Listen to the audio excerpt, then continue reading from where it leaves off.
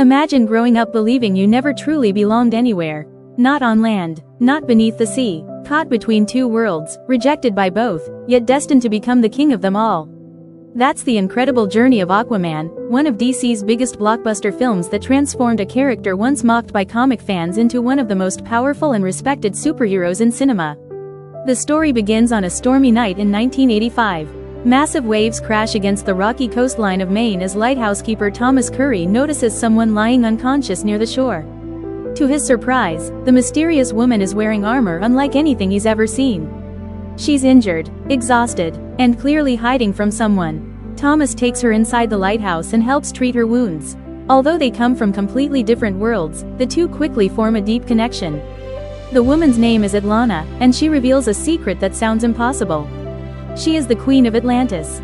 Far beneath the ocean's surface exists an advanced civilization hidden from the rest of humanity.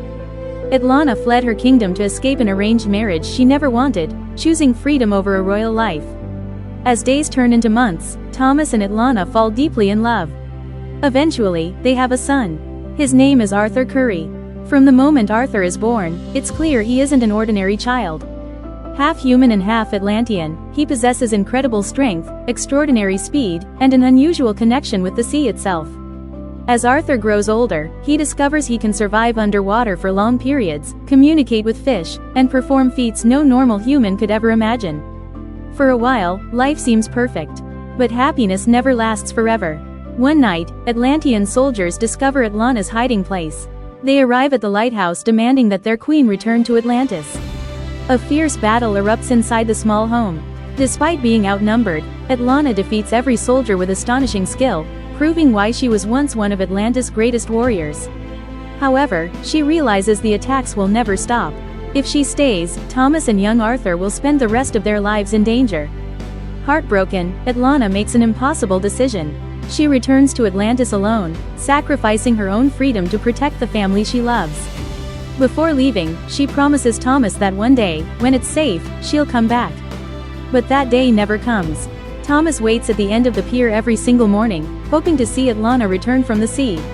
It's one of the film's most emotional images, a man refusing to give up on the woman he loves. Years pass. Arthur grows into a rebellious young man who never fully understands where he belongs. On land, people see him as strange. In the ocean, many Atlanteans consider him an outsider because of his human blood. He doesn't feel accepted by either world. The only person who truly understands his potential is Vulko, Atlantis' trusted advisor. Secretly, Vulko trains Arthur in the ways of the Atlanteans. Every lesson pushes Arthur closer to the destiny he constantly tries to avoid. Sword fighting, ancient history, Atlantean combat, control over his incredible abilities. Vulko believes Arthur is the rightful heir to Atlantis. Arthur wants nothing to do with the throne. He blames Atlantis for taking his mother away and has no interest in becoming king. Instead, he chooses a simpler path. Using his extraordinary powers, Arthur secretly helps people across the oceans, rescuing sailors from sinking ships and stopping pirates whenever innocent lives are at risk. The world slowly begins hearing stories about a mysterious underwater hero. Most people dismiss the tales as myths. Until one dramatic rescue changes everything. A group of heavily armed pirates hijacks a Russian nuclear submarine. The crew has no chance of surviving. Just when all hope seems lost, an unknown warrior crashes through the submarine's hull. It's Arthur Curry. Fighting with incredible strength and fearless confidence, Arthur defeats nearly every pirate with ease. Bullets barely slow him down. Explosions don't stop him. One by one, the pirates fall. The submarine crew is saved. But during the battle, the pirate leader's son, David Kane, becomes trapped beneath collapsing debris. His father desperately begs Arthur to save him. Arthur hesitates. He knows the submarine is moments away from exploding. Saving David could cost countless innocent lives. Arthur chooses to rescue the crew instead. Seconds later, the submarine erupts in flames. David's father dies. From that moment on, David blames Aquaman for everything. Consumed by grief and revenge, he swears that one day he will make Arthur suffer the same pain he experienced. That promise will eventually transform David Kane into one of Aquaman's greatest enemies. Black Manta. At the same time, deep beneath the ocean, an even greater conflict is beginning. Arthur's half-brother, King Worm, believes humanity has spent centuries polluting the oceans, destroying marine life, and disrespecting Atlantis. Unlike Arthur, Orm has no interest in peace. He wants war, and if he succeeds in uniting the 7 kingdoms of Atlantis under his rule, the surface world won't stand a chance. Meanwhile, Arthur has no idea that his destiny is moving toward him faster than ever before. One day, a mysterious young woman arrives on the surface looking for him. Her name is Mara. She is a fierce warrior and the princess of the underwater kingdom of Zebel. Unlike most Atlanteans, Mara believes that Arthur is the only person capable of stopping Orm before an all-out war begins. Arthur refuses. He has spent his entire life avoiding Atlantis. The last thing he wants is to become involved in its politics. But Mara refuses to take no for an answer. She explains that Orm has already begun convincing the other underwater kingdoms to unite under his command. If they succeed, millions of lives on the surface could be lost. Reluctantly, Arthur agrees to travel beneath the ocean. For the first time in his life, he witnesses Atlantis with his own eyes. The city is unlike anything he ever imagined. Towering crystal towers stretch into the darkness of the ocean. Advanced technology powers enormous cities. Schools of colorful fish swim between glowing buildings. Creatures thought to exist only in myths live freely throughout the kingdom. Atlantis isn't a forgotten civilization. It's a world centuries ahead of humanity.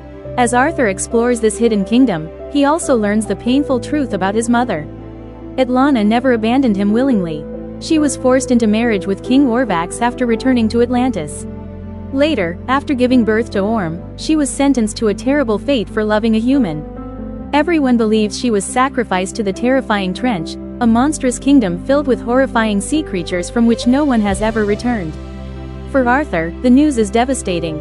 He finally understands that Atlantis didn't simply steal his mother away. It destroyed her life. Meanwhile, King Orm continues putting his plan into motion. Using diplomacy, intimidation, and manipulation, he convinces King Nerus to support his campaign against the surface world. Massive hurricanes, tidal waves, and underwater attacks begin striking coastal cities across the globe. Humanity has no idea who's responsible. To them, nature itself seems to have declared war. Arthur realizes he can no longer stay out of the conflict. If he does nothing, countless innocent people, both above and below the ocean, will die. But defeating Orm won't be easy. According to Atlantean law, anyone wishing to claim the throne must challenge the king in a formal duel. Arthur accepts. Inside an enormous arena surrounded by thousands of spectators, the brothers finally face one another. The battle is breathtaking. Orm fights with incredible speed, discipline, and years of military training. Arthur relies on instinct, raw strength, and everything Vulko taught him growing up. For several moments, it appears Arthur might actually win. But Orm is simply more experienced. Using his superior skill, he defeats Arthur and nearly kills him in front of the entire kingdom. Only Mara's quick thinking saves Arthur's life. She creates a massive wall of water, allowing them to escape before Orm can deliver the final blow. Now fugitives, Arthur and Mara flee Atlantis together. During their escape, Vulko shares one final secret. There may still be a way for Arthur to become king. Long ago, the first ruler of Atlantis wielded a legendary weapon known as the Trident of Atlan.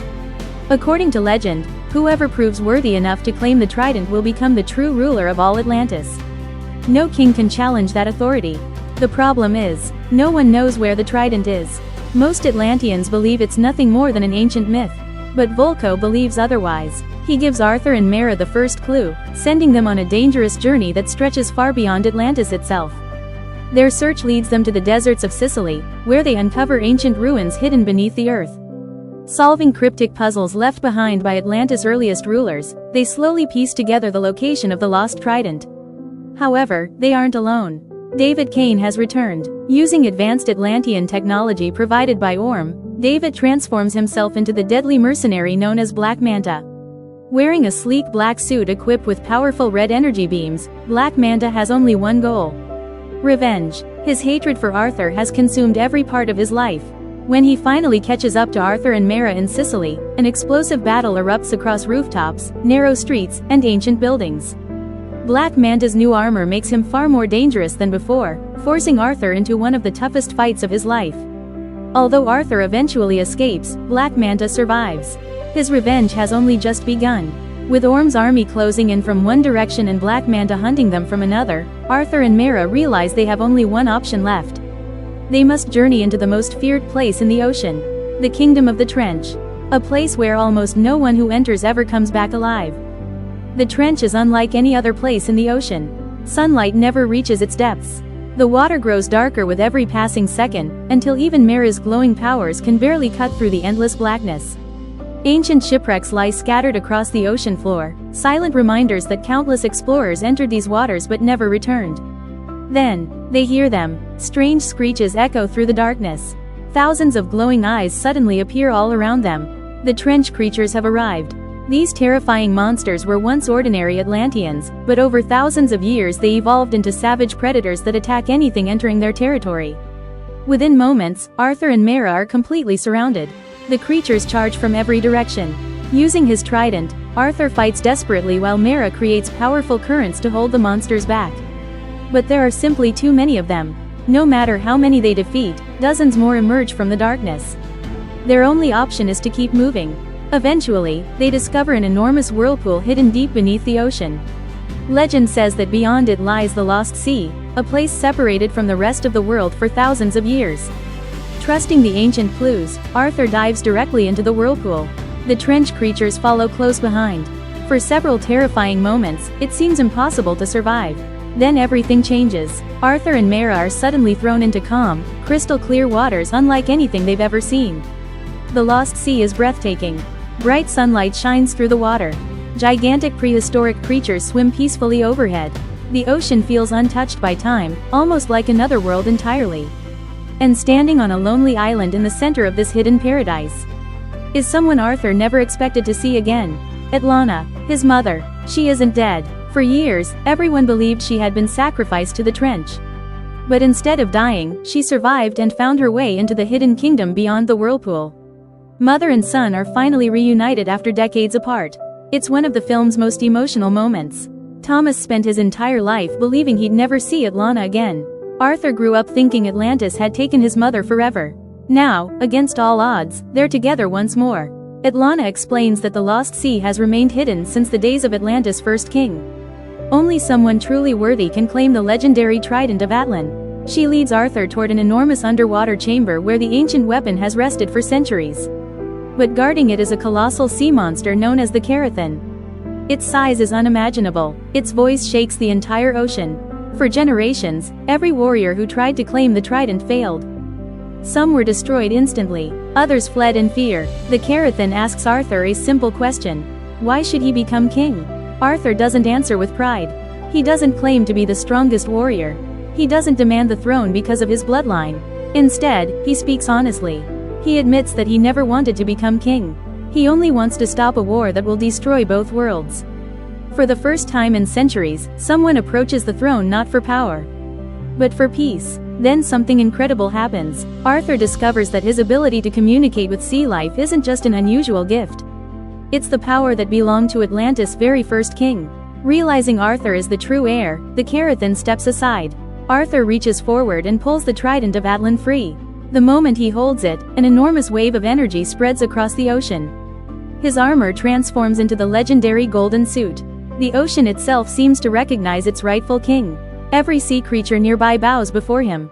Arthur Curry is no longer just Aquaman. He has become the true King of Atlantis. Meanwhile, back in Atlantis, Orm launches his final assault against the surface world. A massive fleet prepares for war. Thousands of Atlantean soldiers march behind their king. Victory seems inevitable. Then, a gigantic shadow appears beneath the water. Arthur arrives riding the mighty Karathan itself. Behind him follows an army unlike anything ever seen. The creatures of the ocean. The kingdoms loyal to the true king. Even the fearsome monsters of the trench answer Arthur's call. What began as a civil war instantly becomes the greatest battle in Atlantis history. Ships collide. Sea dragons soar through the water. Explosions light up the ocean floor.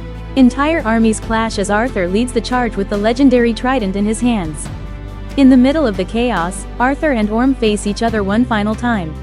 This isn't just a fight between brothers anymore. It's a battle for the future of two worlds. After an intense duel, Arthur finally defeats Orm. But instead of killing him, he shows mercy. That's the difference between a conqueror and a true king. Before anyone can challenge Arthur's victory, Atlana appears before the entire kingdom. Alive. The impossible has happened. With the former queen standing beside Arthur, the truth is undeniable.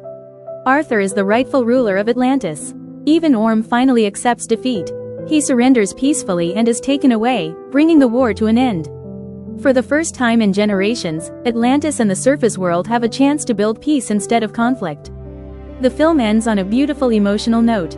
Thomas Curry stands at the end of the same pier where he waited every morning for years, never giving up hope. This time, Atlana finally returns. After decades apart, they embrace once again. It's a simple scene, but one that perfectly completes the love story that began on a stormy night so many years earlier. As Arthur looks out over both the ocean and the land, he finally realizes something he spent his entire life searching for. He never had to choose between two worlds. He belonged to both, and that is exactly what makes him the perfect Aquaman.